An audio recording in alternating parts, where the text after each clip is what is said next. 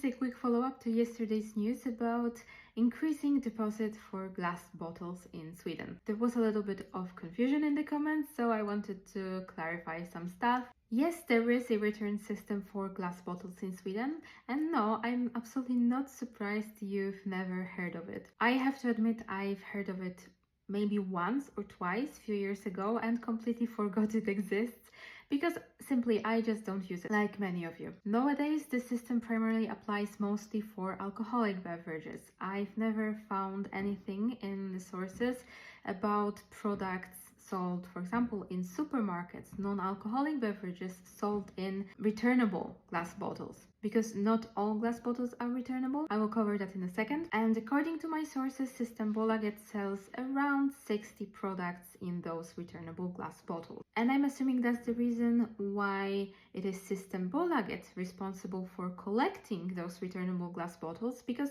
supermarkets simply just don't sell products in that kind of bottles. But as I mentioned, not all glass bottles are part of the deposit system. Only those labeled as pant are returnable glass bottles. Many of non-alcoholic beverages are simply sold in plain, regular glass bottles.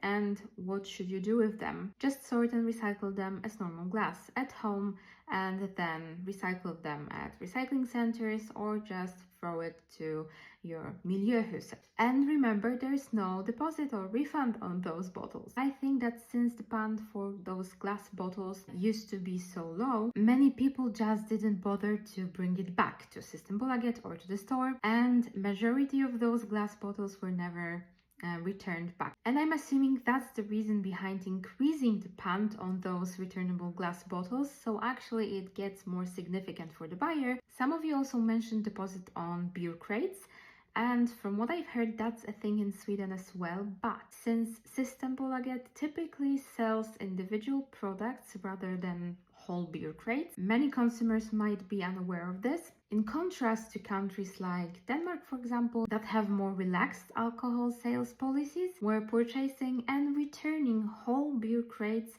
is a pretty common thing. I hope this clarifies everything you wanted to know, all your doubts and questions, but in case you have more questions or want to know something specific, just let me know in the comments.